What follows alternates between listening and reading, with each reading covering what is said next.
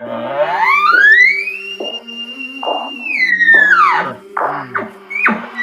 came from the mud.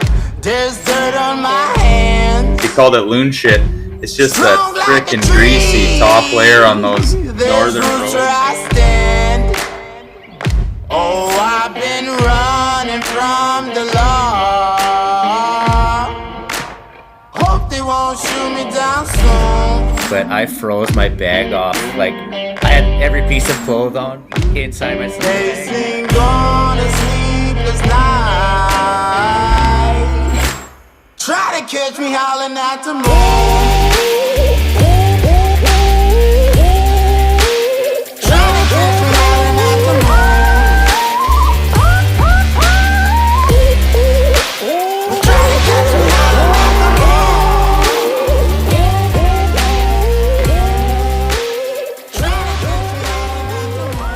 Alright, welcome back to Come Out Heavy, and I think we're somewhere around episode 22, and we are in September, so it's already through basically archery season while we're recording this, and Kurt and I have both been out a little bit. I think I've been out a little bit longer, or a few more times than Kurt has, but Kurt, how you doing? Start heading into archery season here.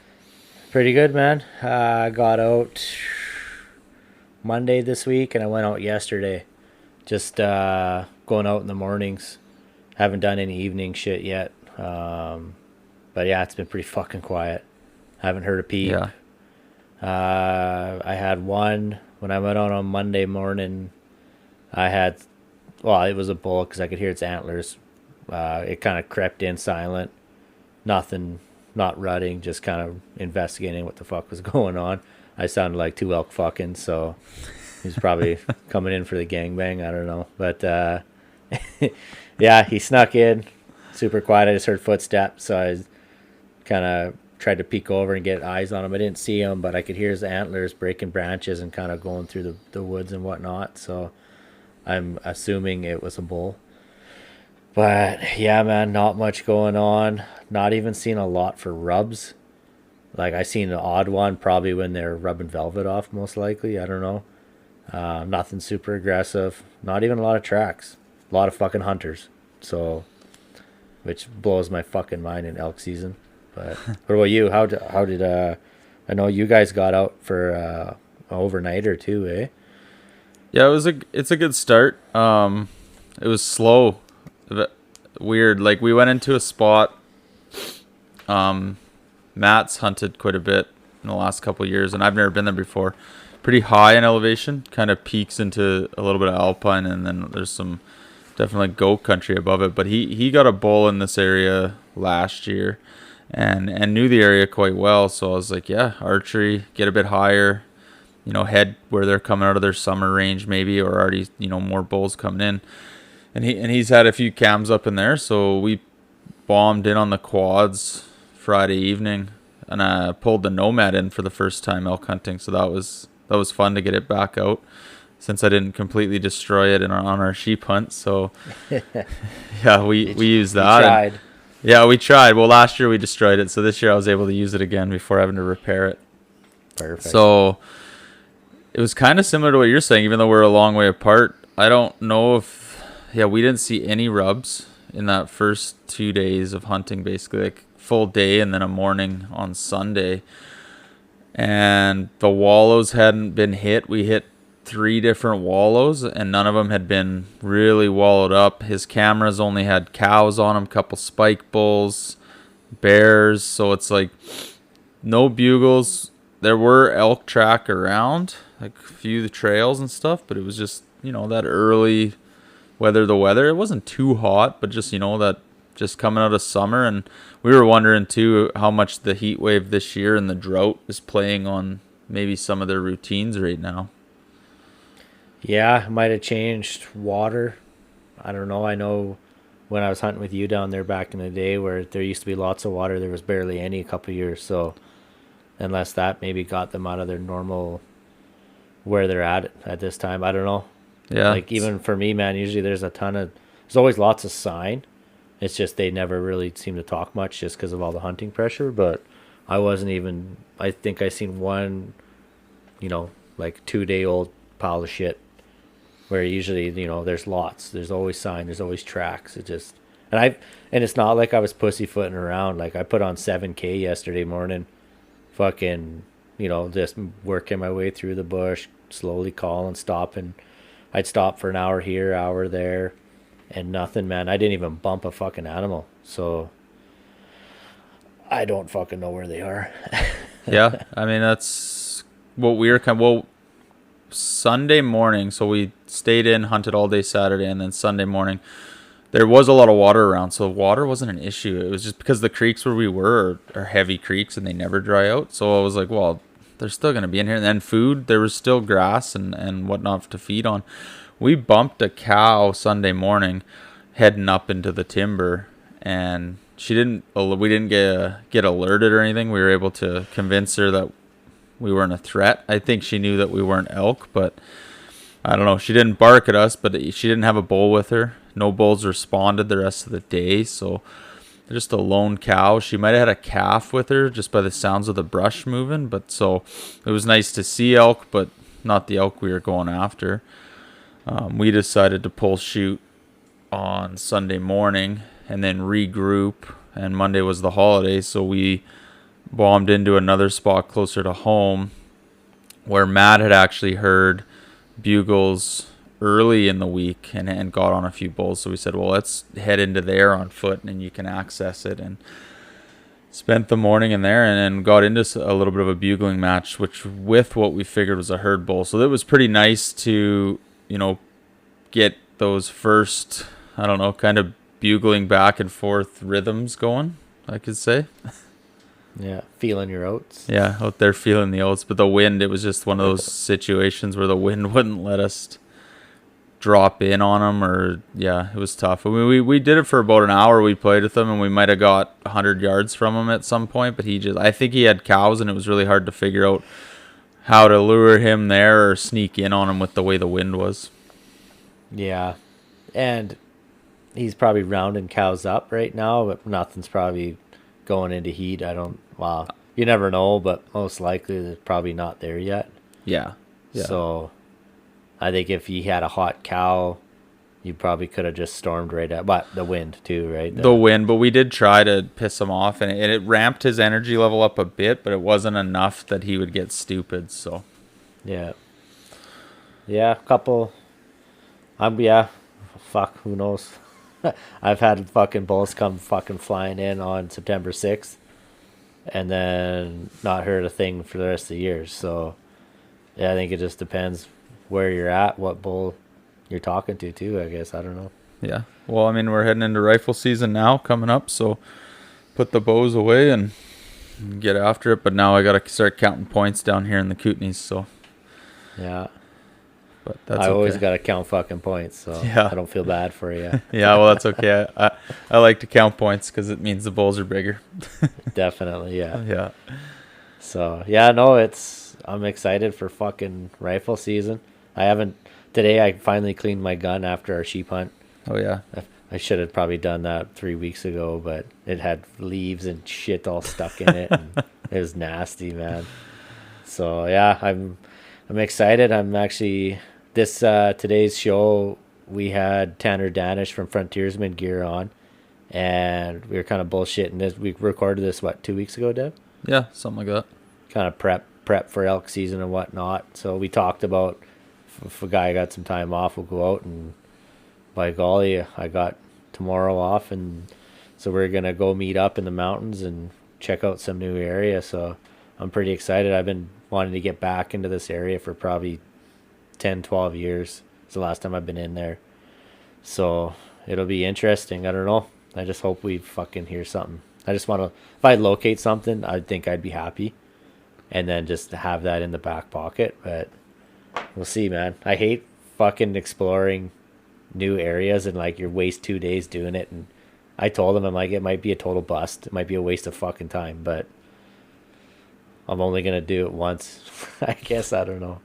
Well, it's hard. Yeah. I mean, all of us don't have time to always scout, right? So a lot of times you're scouting crosses over with your hunting. Sometimes those situations work out really well. Even areas you know really well, like this weekend, I'm off tomorrow and got 3 days to hunt here. And, talking with Matt just tonight and the night before, just like, well, where are we going to go? Where are we going to go? Even though we have spots, you always feel like, oh, you got to make the right call, right? Like, it's all about the decision. I mean, it's not always like that. It's just kind of happens and plays out. But like, do we go to the honey hole? Do we go here? Should we check this spot out? It's like a game, but you just got to dive in and get after it, I guess, and hope for the best. I don't feel sorry for you guys, because any fucking direction you decide to go, you're on big bulls. Maybe. No, not fucking maybe. I've seen what comes out of down there, man. I'm just like so jealous. Actually, I had a buddy up. He lives in Sparwood now. He's heading sheep hunting today, actually, and he came over for a beer yesterday. And he hunts. I don't know if he's killed an elk yet, but he's really getting into the mountain hunting stuff. And I'm like, you guys, you plan, like for you plan a sheep hunt where you go north. That's your big hunt or your plan for the year, right? Most people do one. Not everyone can be like Waylon and Omer and do 3 a year. But I'm like, well, thinking about it, I'm like, yeah, you can go do a sheep hunt, but you come home and you live in prime elk country. Like, I have to do a fucking another 10-hour drive to go to prime elk country. So Yeah. I don't feel bad for you fucking guys. No, you shouldn't feel bad, but it's always just that, like, mind game, right? Like, fucking dive it. Because we have a couple spots where, like, should we dive in there and check it out? And I'm like, man, we had bulls bugling in this one spot last weekend. I feel like we should probably just go find that bull and try to kill him this weekend. So, Fuck yeah. like, and that's what we're going to do. For day one, anyways. What's that fucking stupid saying? A bird in the hand is better than 2 in the bush, or something stupid like that? Yeah, something like that. Something fucking 2 gay like that. You get 2 birds stoned at once? Is that what it is? That one's better. Yeah. Anyways, the episode here, we're, kind of plug our one of our sponsors and partners here with Tanner. So it was a lot of fun to talk with him and recap, this episode kind of recaps his year with Frontiersmen, their growth. It talks about the new things that are going to be going on and a few new events and things on the horizon too. And then we just dive right into some elk chatter too, and then plans for the year. So should be a good listen. And he's got, I think it's going to be a big year for his company. Have obviously listened to the episode, but they're expanding and getting into a bunch of more stuff, and it's going to be exciting to kind of be along the ride with them and see where it goes. All right. Well, I hope you guys enjoy this listen, and we'll send it over to our interview with Tanner. Hey guys, we're sitting here with the Frontiersman himself, Tanner Dannish. How you doing, Tanner? Doing really good, man. You? Oh, surviving. That's good. Well, Tanner, it's great to have you back on. It was fucking awesome to finally meet you a month back there, or not even a month. Fuck, it's only end of August now. But, you were kind of showing us around the shop and explaining lots of ideas and going over things with Frontiersmen and whatnot. Why don't you lead off this show today, just kind of giving us the new and exciting and how the years kind of went for you. Yeah, well, first it was great to see you guys and actually, put a face to the Instagram page, I guess. And it's always different to actually meet someone in person, and so that's great. I mean, obviously you came out of there with a cranker ram, so I can't complain about that. I can't complain about that either. No, you guys had me pissed off that I was stuck in the shop. No, it's been a great year for us as a business. It's we've exceeded anything that I had projected or planned.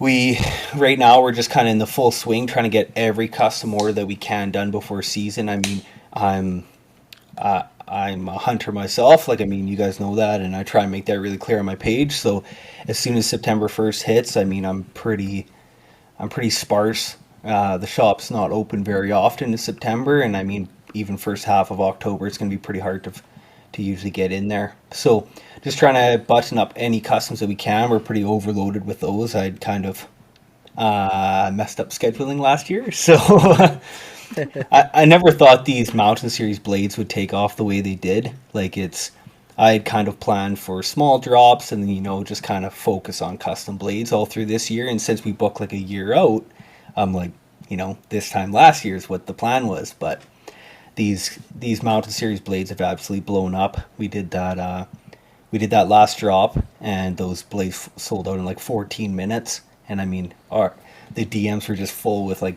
people that missed out and were kind of, some upset and some good about it. But so it's been great. There's absolutely no complaints. I mean, it's a long list of positives and good things to look at. And I mean, all the new stuff that we've been launching lately. I don't know if you guys want to go into every single thing here, but it's been a stellar year. What do you think, like, well, I mean, you can't pinpoint this, like, it was kind of unexpected, but the Mountain Series, you think it just people sitting at home on social media this year and really following along to, you've been shared all over the place. Like Kurt and I had said before, we kind of followed you on Instagram, didn't actually know you were in PG until this year, and then, now it's like everywhere you look. I feel like every resident BC hunter that's into mountain hunting is probably sharing Frontiersmen gear on their page. Like, I think it's really been the local support. Like, I mean, there's other local BC knife makers and other knife making companies, but I don't think there's very many, if I'm being honest, that are owned and operated by a hunter themselves. Like, I really take pride that I understand what hunters need and what they're expecting out of their tools. So I think that's been a big part of it. Obviously, I take pride in giving back to conservation organizations and stuff. And I think that goes a long way. That's where I want to spend my money also, is other businesses that do that. But I think at the end of the day, we're just, we're really using the best materials we can. And I think, like everything, sometimes it's a slow burn to get things out there, but I take pride in making a high quality tool, and it's really taken off. Actually, I just had a message there a couple of days ago. A guy was out on a goat and sheep hunt combo trip kind of thing, which they actually got a double header, which was freaking crazy. A goat and a sheep, like, bang bang right after each other, which is nuts. But he sent me a message when he came back, kind of a long message that I'll just brief, but he just said that he had basically been like, he processed this goat up. He was like in the caping process with one of our Pumas blades, so the Skinner of the Mountain Series, really not meant for caping, but he said he was like, partway through it and kind of getting aggravated because like, oh, this knife's getting dull, whatever, it shouldn't get dull that quick. So he pulled out his Havalon, put a fresh new blade on, and started caping. And he said he only went like a minute or two and realized that my knife was still sharper. So he was like, "Oh, okay, that's it's worth the purchase." So Yeah. I really think it's just, I think if you make a high quality product, people will find it at some point, and we really try and just support local. Yeah, like when we use both those blades in our hunt, and we're not going to promote anything that we don't believe and trust in. Like, we've made that clear in other posts that we've made, and like, your fucking knives stood up to the test, that's for sure. Like, we weren't being gentle on them either. They're a little bit rammy at times, Def? oh yeah, fuck. Well, what do we use as a plate that night cutting the sheep up? A fucking chunk of granite. And Kurt's like, don't push so hard. I'm like, it's all right. Tanner said they're tough. Yeah. And it's knives are a tool, and they're going to get used and they're going to get dull. It's just the fact of, like, at the end of the day, you need to be able to really trust your life on it. And I say that a lot, that I appreciate everybody that trusts their life in our blades on the mountain. And it's going to get dull at some point, but I hope it doesn't go dull really fast. I resharpened Kurt and I, for those of you out there listening, we had a Puma and the Lynx, and then we talked about arm wrestling or leg wrestling on the mountain. But I was being a nice younger cousin. I let him have the Not that there's anything wrong with the Puma, but we both had really liked the Lynx, the way it caped and performed there. So I took the Puma home, and I'm happy because it's going to be great for skin and elk and everything, and going forward there. I think we both want one of each going forward anyway, so it's like, fuck it. But Yeah, they both got their purpose for sure. Yeah, they're wicked. So I touched it up, and when I got back, because I did beat the hell out of it, man, it touched up nice, like really slick, and fuck is it sharp again. So it didn't take it all, just a little bit of whetstone, and fuck, she was back. So really impressed with that for sure. Awesome. I can't remember. Did you guys touch those blades up at all in the field during that Nope. feat? No. Nope. So we didn't touch them up because, for one, we didn't bring a sharpener because I had a heavy ass one. I didn't want to pack it. And then I did take I think it was you who mentioned on one of the podcasts that we could what is it? When you use the leather, strop them. Yeah. You said just use. He said that when we were in the shop there. That before Is that what it was? When you up. said you could use your belt? Yeah. Any Yeah, piece so I of tried leather. that. Yeah, I just when we were fleshing the cape, and Kurt was helping turn the cape and everything, I would just rip my like climbing belt. It's just that really heavy duty, like the fucking canvas. And I tried it, and honestly, I feel like it rolled that edge back over enough, and I'd skin it a little bit longer, and then I'd be like, oh fuck, it feels dull again, and I just keep trying that. I think it made a difference. I don't know if I was doing it fucking right, but in my mind, it made a difference. No, I mean that's you can use anything for that stropping process. Cardboard, canvas, leather is obviously the best. That's why I feel strongly about having a leather belt out in the field. I like to use it for that stropping, but no, you definitely, if you're willing to just work for 5 minutes and then strop it again, you don't even have to bring a sharpener if you don't want to. It's gonna, like you said, pull those teeth back into alignment enough. It's not going to resharpen them, but pull them back in alignment where you can, you're not going to be up shit creek. Like, you're going to be able to get out. Yeah, no, it was good. So talking about, go ahead, Kurt. Oh, I was just gonna touch on how impressed I was with the stiffness of the blade as well. Like for something that was so light, like there wasn't much deflection on it at all. Like it was, especially that Lynx. Like I did all the pulling the hide off the head and everything with it, and leaning on it pretty good, especially around the base of the horns and whatnot. And that thing stood up amazing, really. I thought. Awesome. It was like an extension of your finger, basically, right? It was perfect. Yeah, and I mean, a guy could go even another hair smaller, but I want there to be that support in case you do have to pop a knuckle or something with that Lynx. You're not going to be totally worried about snapping it. And I mean, at that point, you're at 0.95 of an ounce for that raw blade. Going down to 0.85 isn't going to make that big of a difference, but structurally, it's going to make that big difference. Yeah. Yeah, I was impressed. That's really good. No, I'm glad you guys were happy with them. Yeah, they're great. While we're on the Mountain Series talk, we see today, I think, actually, a new post, and we knew this was coming. I mean, you didn't wait for us to try to break one, but you put it out there anyways. Do you want to now kind of? Yeah, I bet. You want to kind of touch on the new release today and give us a rundown on that?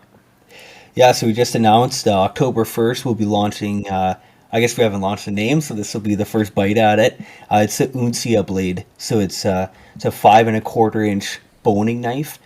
It's a skeletonized, it's part of our Mountain Series. It's a skeletonized blade. It finishes off at 1.62 ounces, around there, 1.62, 1.65. And like I said, 5 1/4 inches of cutting edge on a true boning knife for the backcountry.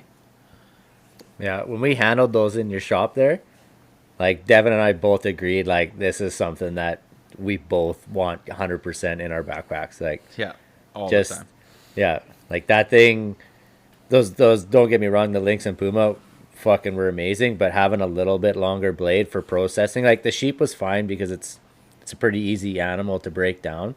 But if you got to take big chunks of meat out like a moose or an elk or something where you're bucking it up in the field, having that bigger blade, and I don't know, it felt nice in the hand when we were handling it in your shop there. Yeah, I think sometimes like it was an idea that I had been working on for a while, like trying to work out exactly how to actually do it, because it wasn't something that was in the market at all. And I really didn't even think that they'd be that popular. I thought it'd be, the odd guy like you guys that, is deboning those bulls out in the field sometimes, and, is just, kind of stacking bodies in fall, that they're gonna, not want to be taking those bones out. But I've been really surprised with the response. Anyone that has seen them, or like all the ones that went out for prototype testing, it was basically instant that it was like, I'm not taking anything else. Like that, this can be a one piece blade for big game.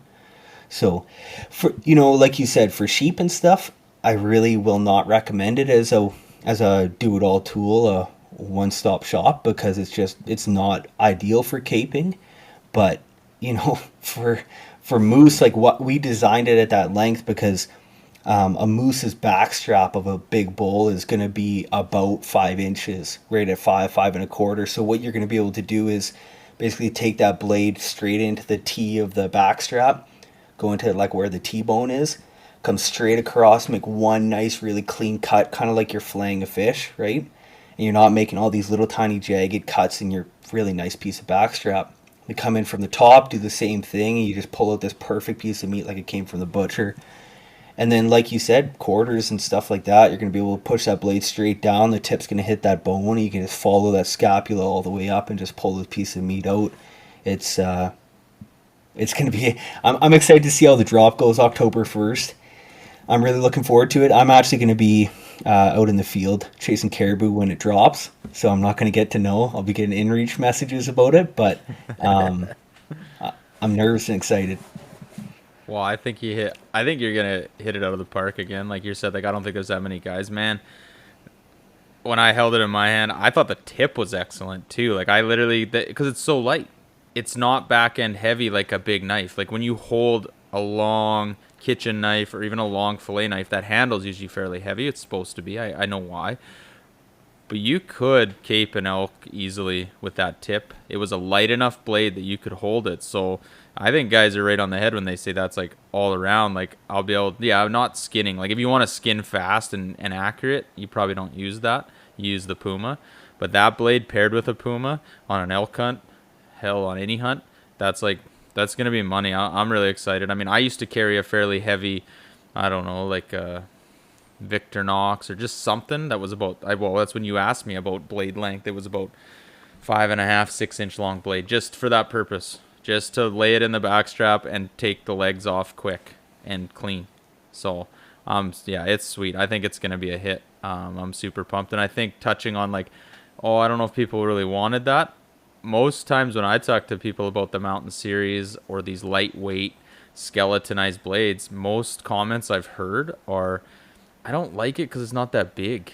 And that's kind of like what I hear from people. It's like, I can't, I don't think it's enough knife. And that's, it depends, like you said. So I think you're going to have a winner with this one for sure. Yeah, Sweet. Your shit's going to blow up. Thanks, man. Yeah, I think it's probably going to take kind of, a big priority coming into winter in the new year. We're kind of changing our whole business structure, actually, not to kind of go back to that, but starting, I think, about end of October, November, we've basically totally dialed down custom blades. So I've taken like a sixth of what I took last year. So last year I took about 120 customs. Going into 2022, I'm taking like 20, 25, and most of those are filled already. We're just going to focus on these Mountain Series. So anybody that hasn't been able to get them, or, is mad because they go to get them and they're never in stock, or they're not there for the drop, this or that, that's going to change. So we're going to seriously be trying to ramp up production, and looking forward to that. And I think those Uncia blades are going to be main priority for sure. Yeah. They're going to be hot commodity. Yeah, that's sweet.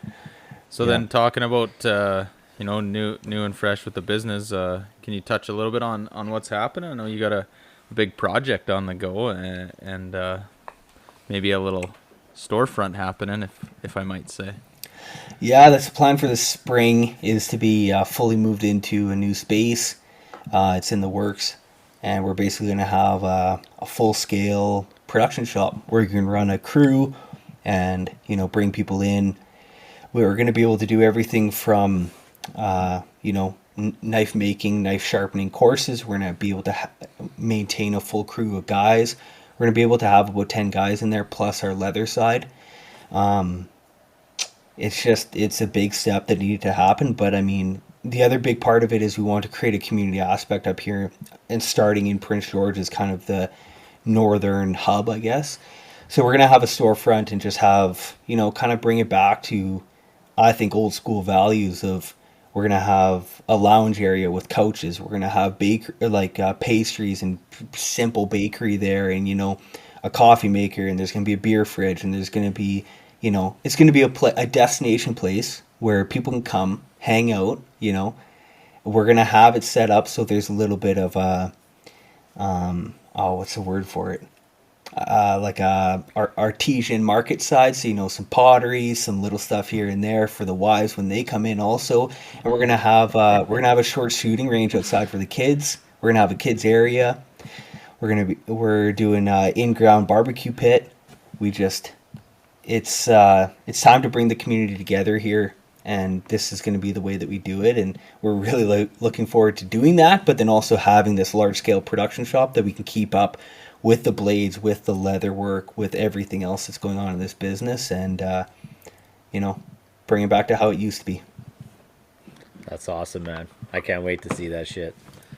Yeah, that's really sweet. I'm jealous that I'm a little far away to just pop up and check it out. But if you sweeten the pot, you know, with some free beer or something, maybe I'll make the drive for the grand opening. You know. Yeah, we'll do a big pig roast, and I'll let you know. I'll give you lots of warning. Okay, that's okay. It's okay, Dev. I'll drink your share of the beer when I go up. Yeah, fuck that. Yeah, we'll get a speed pass for Curtis coming up here. Yeah, you're gonna have to start locking the gates and let me in. Yeah, it's gonna be really fun, and like I said, it's something that has been on my mind for a while on how to bring the community back together, and I think having a spot where it's just comfortable, just really comfortable, feels like home. You don't have to feel pressure to buy anything. You can just come hang out, have a coffee. Yeah. No, and it's definitely not like that. Like, I notice stores and stuff. Like, I got buddies with stores, and, you know, like Beer Friday was the thing when I used to do electrical. Like, we'd have people from all over town come into the shop for Beer Friday, right? And that kind of, well, I don't know, what would you even call that? Well, it went out of style. Like, it, I don't know, it got frowned upon mainly. Like, I don't know, is that what you mean? Or were you going to say, like, it was like a boys club. It was, it was, but it wasn't just, the wives would show up too. So I'm saying, like, boys club, just like that, the thought of that. Like, my dad worked at the shop, well, he still works for that shop, and Kurt worked there for a few years with him. And I remember that when I was a kid. Like, mom would be like, oh, we got to go down and grab dad, because it's Beer Friday, right? Like, they've been there since 2:30, so, and now it's 6:30. Yeah. But it wasn't just that. Then mom would stay, and they would socialize with the wives, and it was great. And it's been frowned upon in this day and age with everything you're fucking allowed and not allowed to do, and they want to tell you. I mean, yeah. Well, a couple DUIs there, and I think that's what shut it down. Wow, and that's fair. Like, yeah, I mean, like, a little bit of that. Like, have some, fuck, you need a shuttle, eh? The shop should just be setting up a shuttle bus on Fridays. Yeah. But I remember, like, you know, like, there was something you look forward to all week. Mm-hmm. And, like, we always knew Friday was going to be a bit of a short day. So it's like, you'd have someone at the shop send a message and, like, picture of someone cracking a beer at 2 o'clock.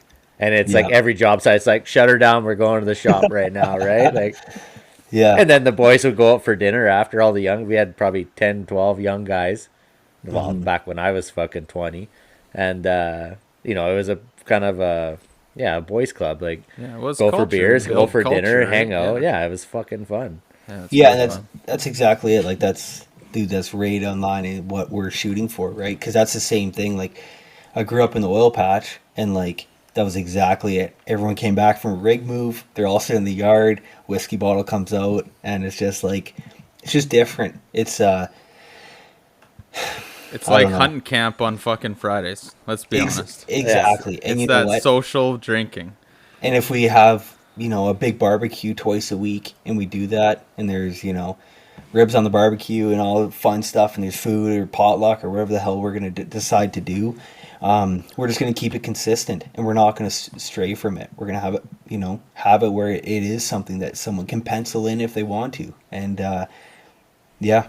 And the other big thing for us is just super inclusive of everybody. The kids, we want the kids there. We want the moms there. We want, the wives and the non-hunting people, like everybody. We want everybody to come in, have a great time, and, just have a real, I keep saying destination place, but that's the only thing that I can think of where you want to go there. Because it's going to be outside of city limits. That's how we're kind of going to get through bylaw and everything like that. Maybe this will be played in court in 5 years. I don't know, but it's that's the big thing. It's going to be on our own property outside of city limits. So we're going to be able to have a lot of fun. You're going to have to get one of them little short buses and get the shop apprentice. He's got to stay sober and drive everybody home. Yeah, we'll just hire those shuttle buses yeah. That's good stuff. So why don't you give us a rundown on the new leather line too that you've kind of let out and what that means to Frontiersmen now? Yeah, so we've with our expansion, we've been able to hire people. So our first employee was an awesome leather guy that I was bringing in and using him here and there for doing artistic leather work. His name's Lewis Jenkins, great guy. So I was able to basically hire him. He still has another full-time job, so I'm trying to burn that candle at both ends. But basically, as we get this shop set up, he's going to move permanently here and quit his other job, which is going to be great. And we've been able to totally expand our leather line, which is something I've been wanting to do for a long time. So we have basically our first products that we've launched are our Stalker slings, which is a standard old school rifle sling. It's about 2 inches thick up at the shoulder pad. It's got closed cell foam in the pad and then lined again with leather. They're super durable. They should be able to last 30 years. It's going to be one of those things where you're passing it down to your kid also. Everything that we do, we try and make it where it's a legacy piece, where it's always getting passed down, goes down for generations.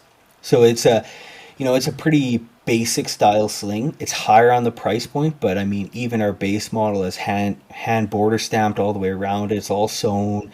It's all the edges are slicked and burnished. They're really high quality, and they all come with a lifetime warranty that we offer, the same lifetime warranty that we offer with our blades. So we have those, and then we have our tracker belts, which is an 1 3/4 belt.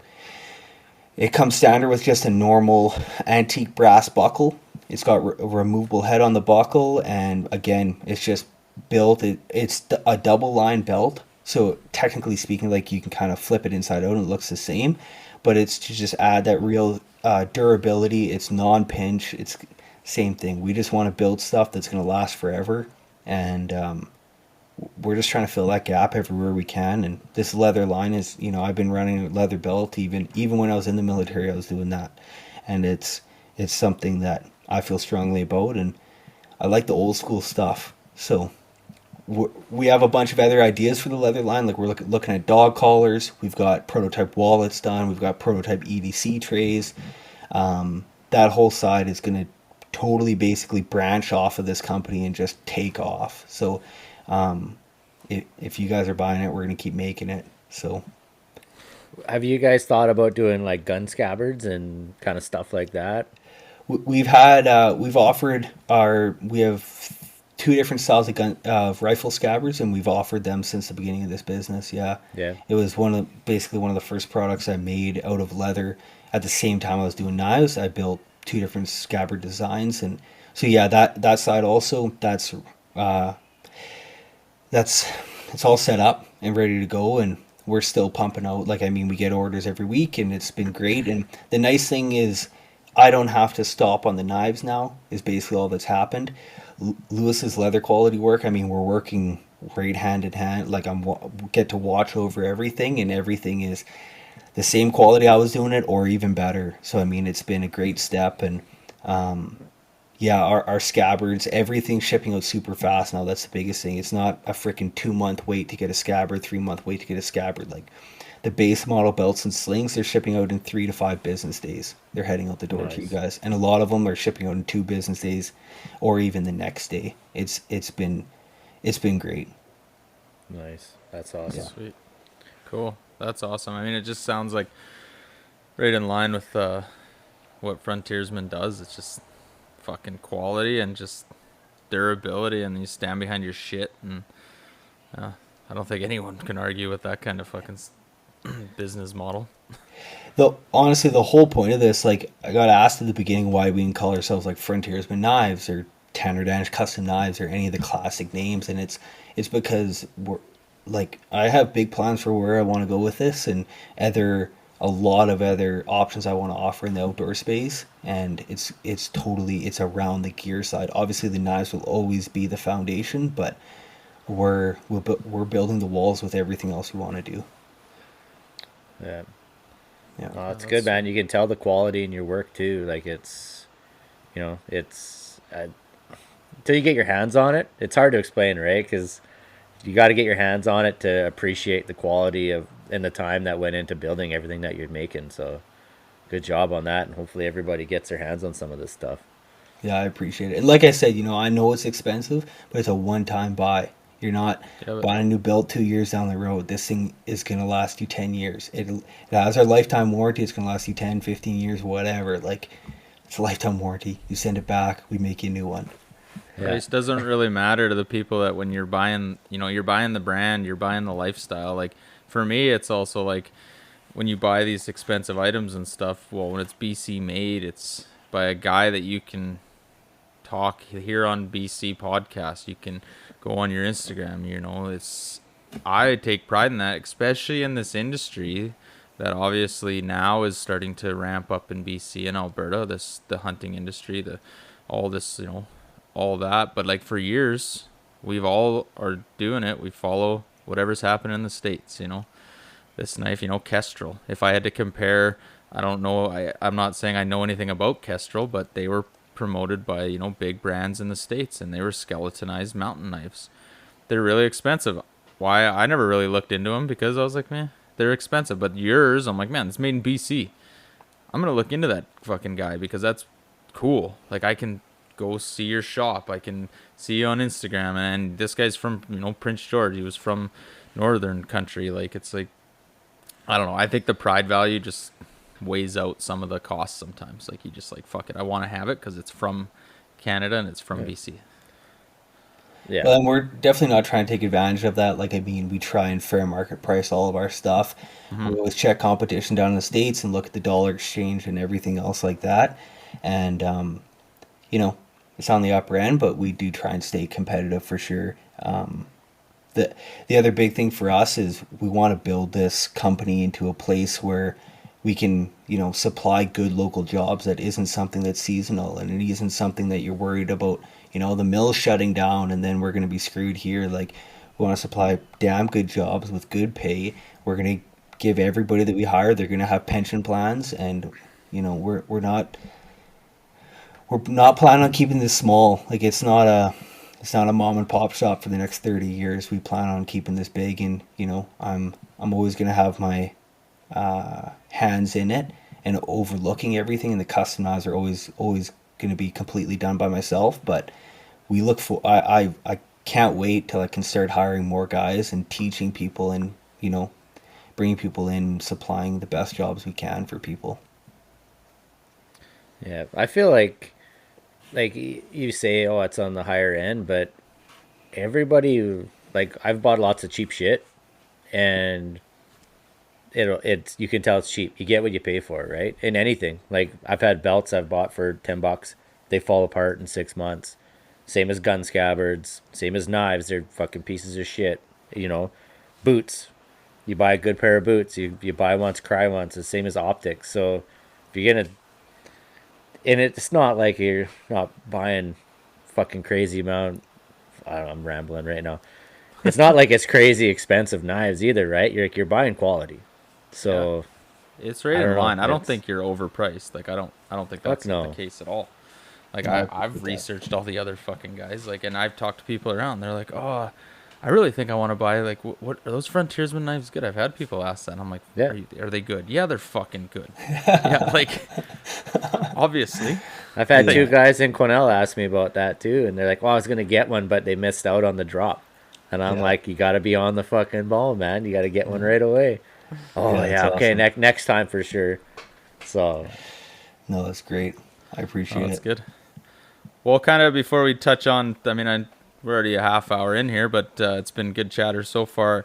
Tanner has been working on a pretty wicked project, and he hasn't involved us too much, but he's hinted at it over the last year and kind of picked our brains on if we thought we'd be into these ideas. And I was like, man, I've been thinking about this event to come to BC, Canada, whatever, but BC, because I follow all the guys down south, and I think it looks like a really fun weekend. So kind of wanted to let Tanner kind of run with the ball on this one, and just kind of give us the intro to how this event, this archery event, I'll kind of throw it out there, and you can kind of lead into the name of it and kind of why you wanted to do it.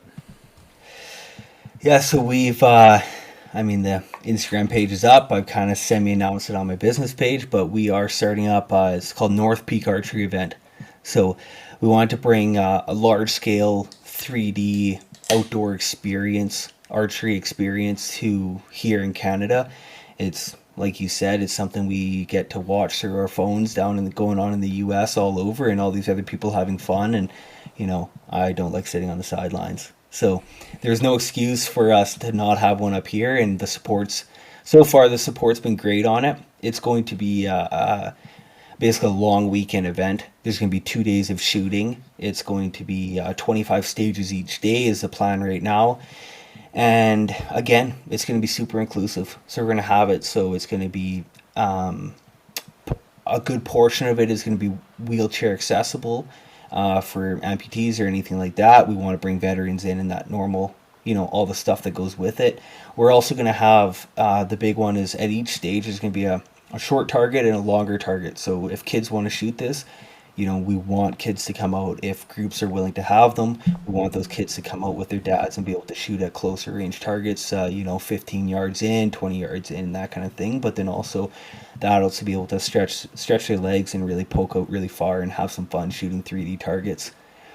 It's going to be, it's not just going to be an archery event. Like anything, I can't seem to do just part of it. I have to go full bore on everything. So we're going to have a vendor experience. The plan is to have food trucks in there, a bit of a beer garden set up.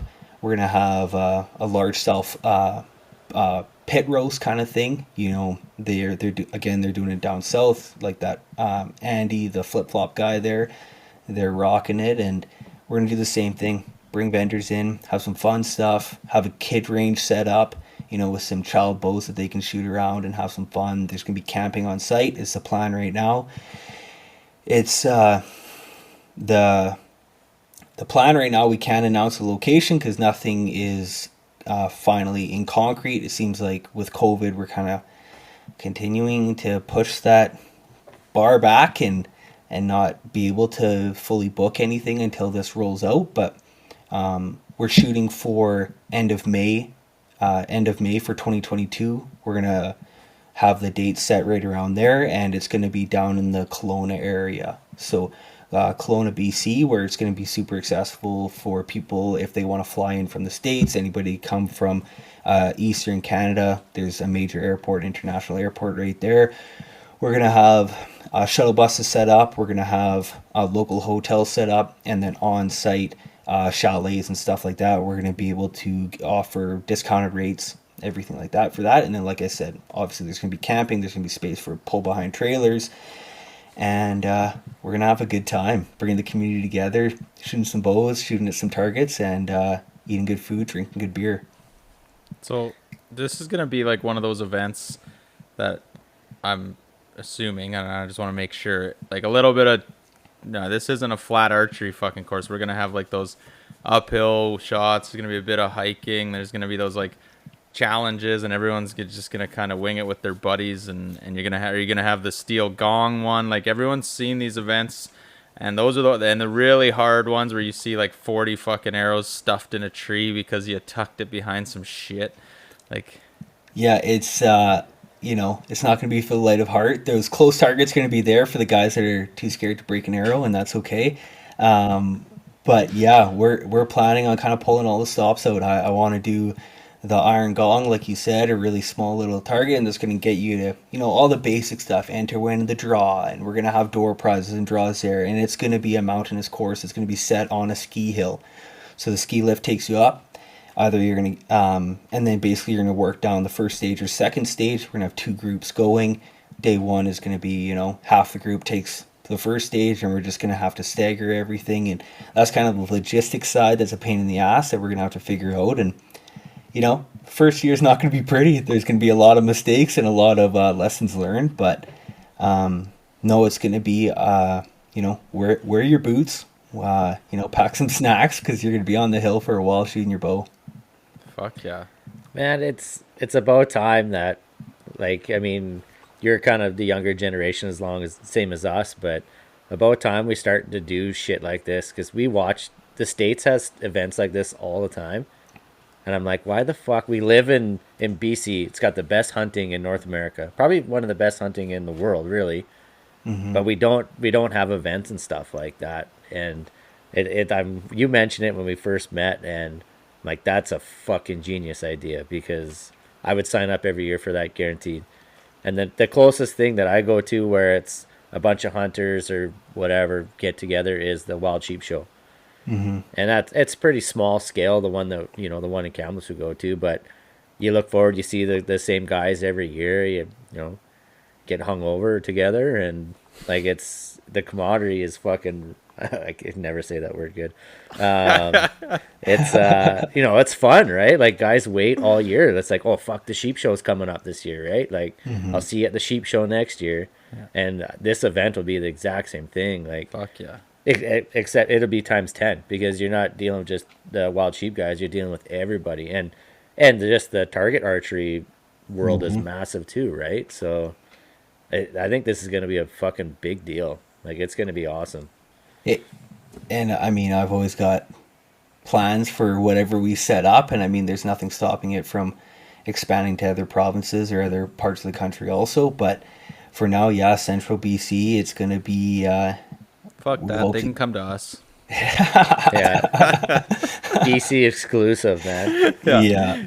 No, it's wild, dude. Like, I've always thought about it also, and it seems like anybody that we mentioned it to, like, trying to go through the logistics side of it, so many people were like, oh, I always wondered about that, or I always want to set that up, or I always thought about that. And it's like, great, yeah, you want to come on board? Like, same thing I told you guys, if you guys want to help, let's do it. Like, where it's not, I'm not holding this ball close to my chest, and I don't care about having the leash on it. I'm happy to, get the ball rolling, and we're going to be having a big team set up to obviously do setup, and we want to do other stuff, like a podcast booth down there that's rolling, kind of live streaming and stuff like that, and it's going to be fun. I just want to have fun, and, like I said, I'm tired of sitting on the sidelines and watching the U.S. have all the fun, so no excuse. Yeah.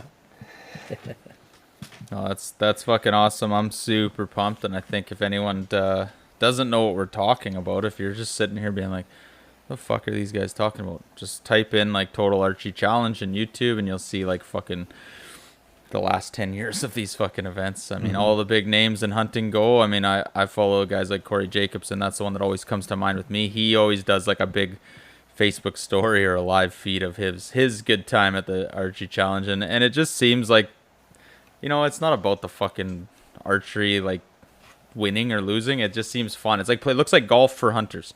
If I had to like put it out there, it's like drinking drinking water. Like, I don't know if they're probably drinking and shooting bows. We're gonna be drinking and shooting bows, but it seems like that's what it is to me. Like, it's like a fucking golf course for hunters, but you're doing it with your bow, so it feels just cooler than golfing. Yeah, and it's going to be totally for fun. Like, I mean, we're going to have, like you said, that we're planning on kind of 2, maybe 3 shoots that are kind of more competition style. The one's going to be entered to win a draw, and the other one's going to be an actual competition. But other than that, if you guys want to keep scoring the course together as a group, cool. If you want to go out there and just fling arrows at, trying to hit you gotta keep score because everything's a little bit more fun when you fucking compete. When Right? it's a Absolutely. competition. Yeah, but it's not like all I'm getting at is it's not like Yeah. big communal thing, because that's the other thing I found when I was like trying to find what else was going on. It was like XYZ archery club, and you got to be a member, you got to do this, do your sign up, you Yeah. got to this is your score sheet now, and it's just like, nah, that ain't fun. I don't want to do that. Man, there's 3D shoots, not a lot, but there's a couple between Prince George and Quesnel.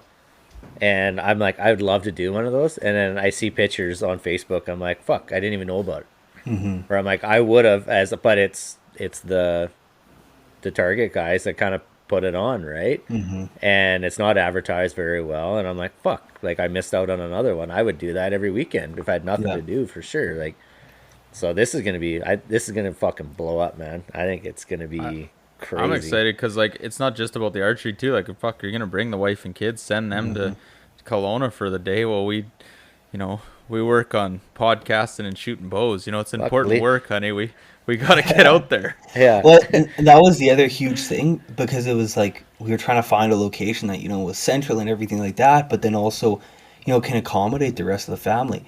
Maybe like you said, your wife wants to go sit on the beach, or go out on the boat, or go wakeboarding, or whatever the hell else is going on. Or you guys, like, people are going to be coming from places, so if they're going to come 2 days early and have a fun time, like, Kelowna's the place to do it. Like, I mean, you want to talk about, if you're into the bar scene, it's there, and if you're into the the watercraft sports side, it's there also. Like, it's a place everybody goes to vacation to. Well, you may as well just extend your vacation a couple extra days and shoot your bow. Yeah. Get buckled on the mountain.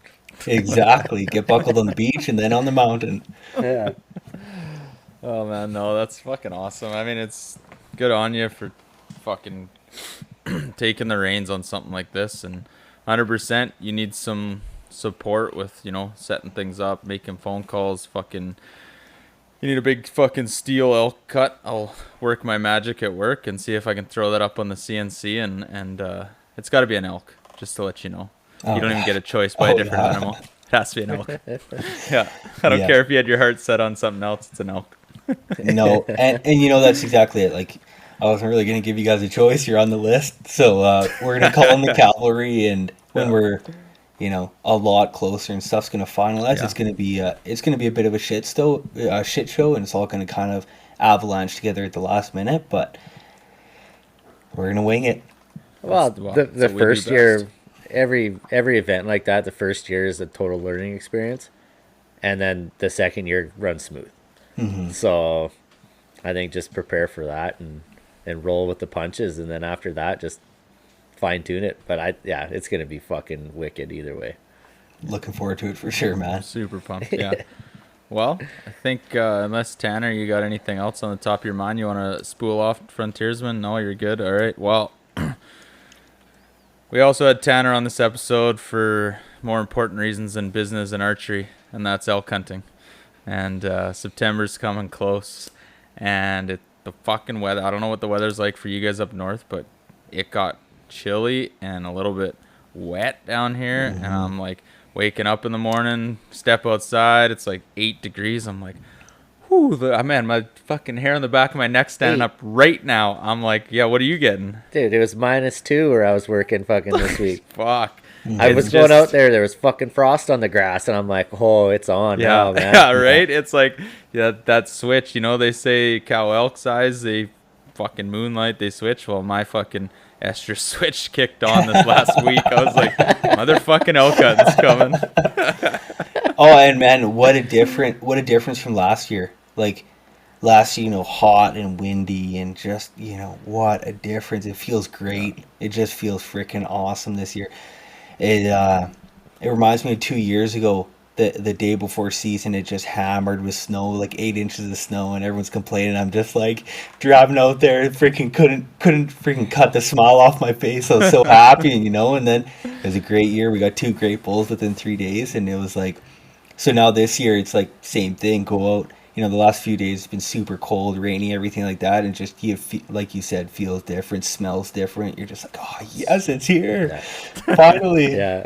You just wake up, you're like, fuck, it's fall time, man.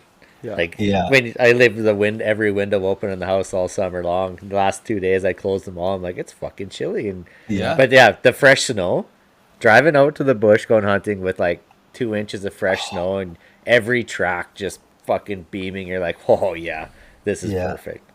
Oh man.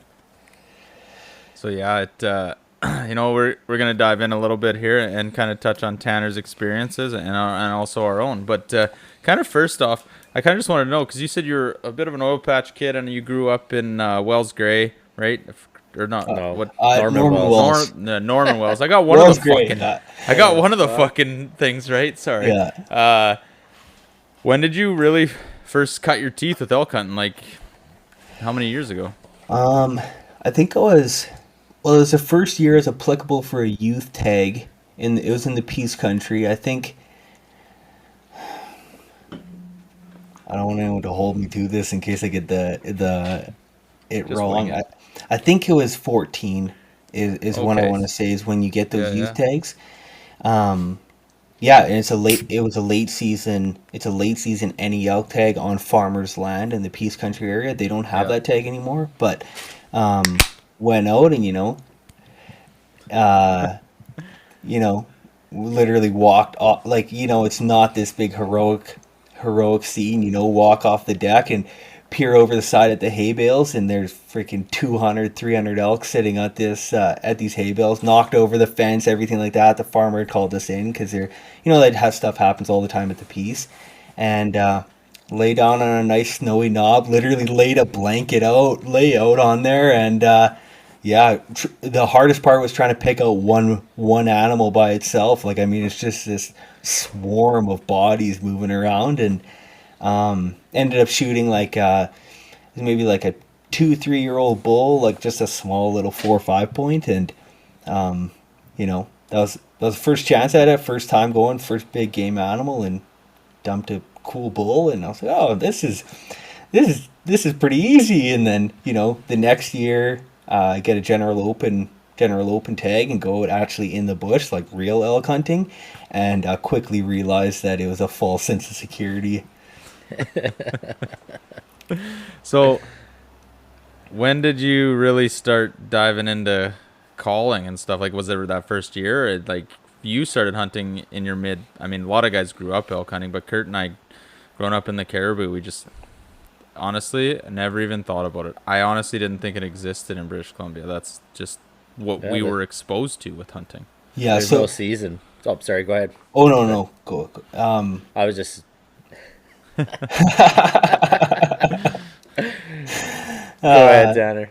It was I guess it would be the next year, and I mean, it was a pretty standard evolution of calling. Like, I mean, the old Hoochie Mama did that to begin with, and then by the end of the season, upgrade to like, it wasn't even a power bugle; it was some other hokey thing. It actually looked like a little cow elk hoof. It was just a pathetic thing. I don't know.